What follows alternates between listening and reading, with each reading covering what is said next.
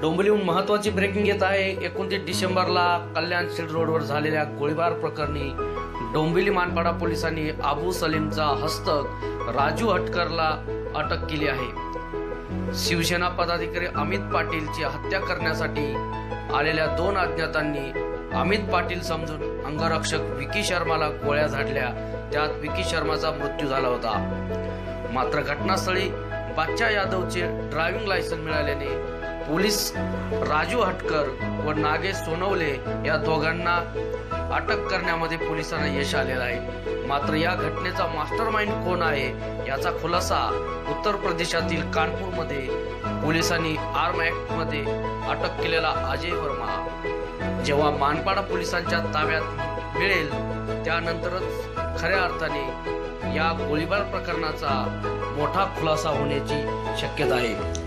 सगळ्यात मोठी बातमी आहे अबू सलीमचा हस्तक राजू हटकरला मानपाडा पोलिसांनी अटक केलेली आहे।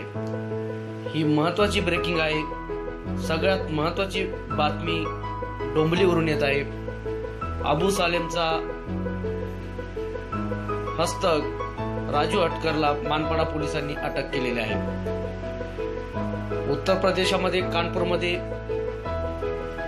ज्यावेळेस अजय वर्माला पोलीस अटक करतील त्यानंतरच खऱ्या अर्थाने या संपूर्ण घटनेचा मास्टरमाइंड कोण आहे हे लवकरच समजणार आहे। मानपाडा पोलिसांना ही